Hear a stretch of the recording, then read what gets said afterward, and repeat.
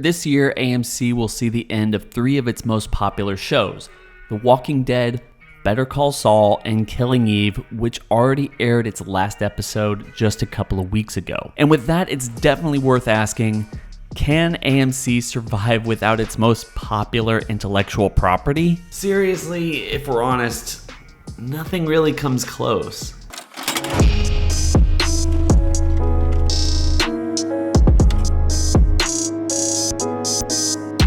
I think if I was one of the higher ups at AMC, I might be freaking out a little bit more publicly than they are right now. But that's just me. On its surface, it would appear the network is attempting to fill this gigantic hole of premium content with an endless barrage of spin-offs, both of The Walking Dead and Killing Eve variety, as well as pivoting towards a more robust line of recognizable yet highly niche intellectual property like Interview with the Vampire and The Mayfair Witches, 2 properties based off popular novel series from the late Anne Rice. You know what, as an aside, I have to say, I'm pretty excited about those 2 projects, especially Interview with a Vampire. That series was one of my favorites growing up, and I cannot wait to see if they're going to expand it beyond the first couple of novels, which have never gotten a proper adaptation on the screen. While it is worth noting that this isn't the first time that AMC has faced a pivotal moment in their content lineup, as the network has already weathered the loss of 2 of its most defining shows, Breaking Bad and Mad Men, which ended back in 2013 and 2015 respectively. From there, the network was forced to pivot its content brand around the budding success of The Walking Dead as it continued to push new and original content to its loyal viewership base. It wasn't always a success. Feed the beast.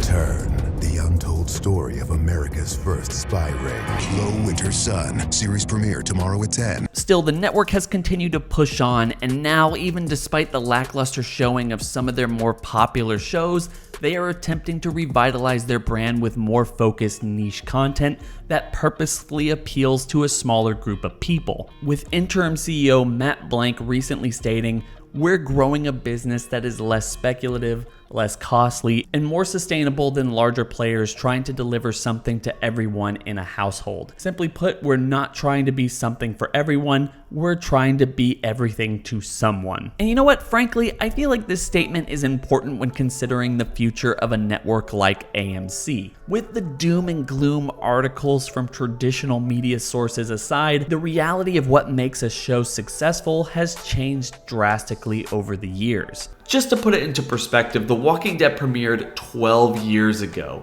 That's before the streaming era really took off, and only 38% of American households had an active DVR. Guys, do you remember the miracle that was DVR when that first came out? I mean, you could literally record hours and hours of television that you wanted to watch, and you didn't have to be there, you didn't have to fumble around with a VHS or DVD or any other complicated way of recording your television shows. It was one of the biggest deals in television watching history. So with that being said, it is worth noting that at least in all likelihood, given the fact that AMC is a publicly traded company and the people in charge would most likely really want to keep their jobs, I think we can safely assume that the focus of live viewership, at least for the corporate entity, doesn't really matter as much as it did over a decade ago. And despite the drop in audience, these spin-offs show just how potentially profitable focusing on quote-unquote new shows can be.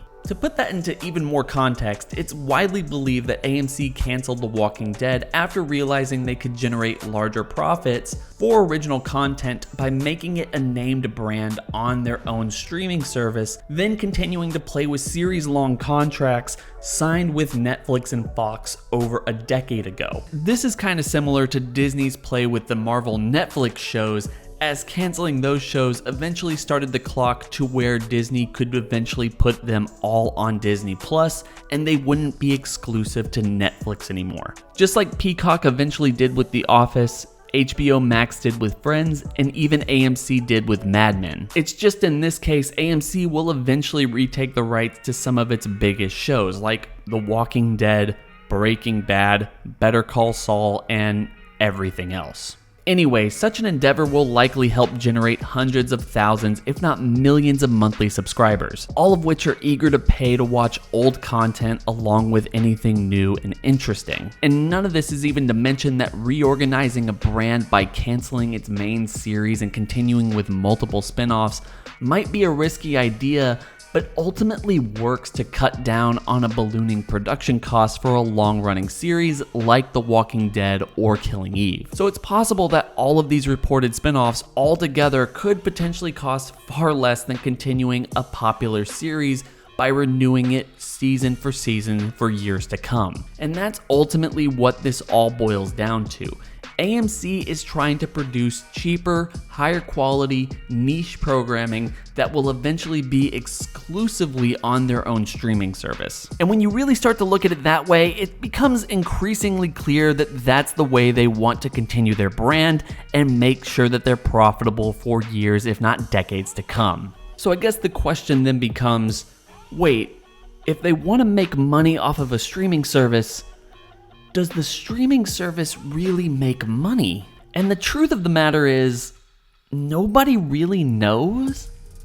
I mean, there is money to be made in this existing model as well as future projects. And in 2021, AMC reported 9 million paid streaming subscribers combined across its impressive portfolio, including AMC Plus, Shudder, Sundance Now, and Acorn TV, with an anticipated 20 to 25 million subscribers by the end of 2025. This prediction was bolstered by an impressive growth seen near the end of 2020 and into the beginning of 2021, leading CEO Josh Spannon to boldly declare near the beginning of 2021, streaming is now the most significant growth area for our company, and we expect it will become our largest revenue segment within that longer horizon. And with the revenue generated from streaming being approximately $300 million by the end of 2021, jumping up from the high of $125 million in 2019, it isn't hard to see why he would make that type of a claim. Clearly, at least on paper, streaming seems to be a reliable and valuable venture for companies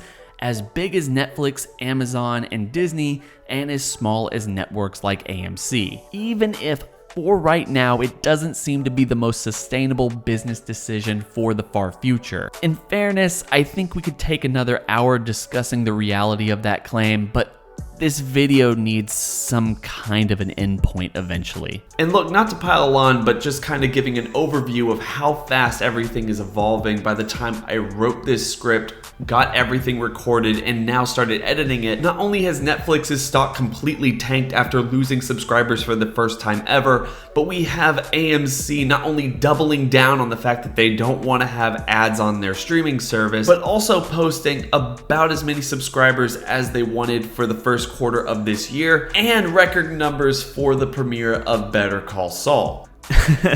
Okay guys, so time just being an endless march to our inevitable demise, and my inability to do anything when it comes to scripted content, let alone well-edited content. Obviously, I let the second quarter of the year also go by, and we have an update on that as well. AMC Plus and all of its affiliated streaming services actually saw a rise in subscriptions beyond what they were anticipating for the second quarter of this year, which is a decent sign.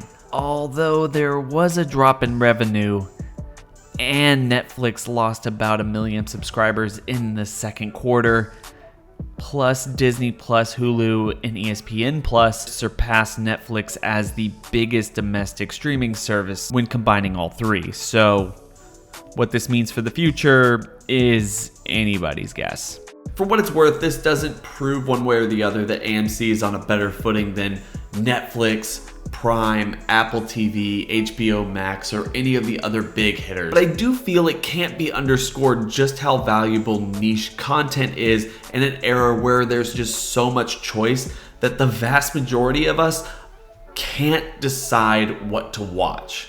Just for now, I am inclined to say that AMC is actually making a decent decision as they continue to pivot away from four-corner blockbuster series and focus on niche offerings that people, such as myself, have already shown an interest into. And you know what? Heck, Before the streaming bubble eventually bursts, this endeavor will surely result in an entire universe of content for The Walking Dead, as well as potentially Killing Eve, and an entire adaptation of the Vampire Chronicles from Anne Rice. Also, if we're honest with each other, I don't feel like I'm the only one who believes that AMC isn't going to let the Breaking Bad universe just go peacefully into the night, especially with Peter Gald and Vince Gilligan recently saying, "I love these characters, I love this world. Maybe someday, but personally, I'm going to take a little break from the world and try something else, just to prove that I can." This was followed up by Gilligan saying, "I think that's my answer too. There are stories left to tell, but I'm not proving something to the world.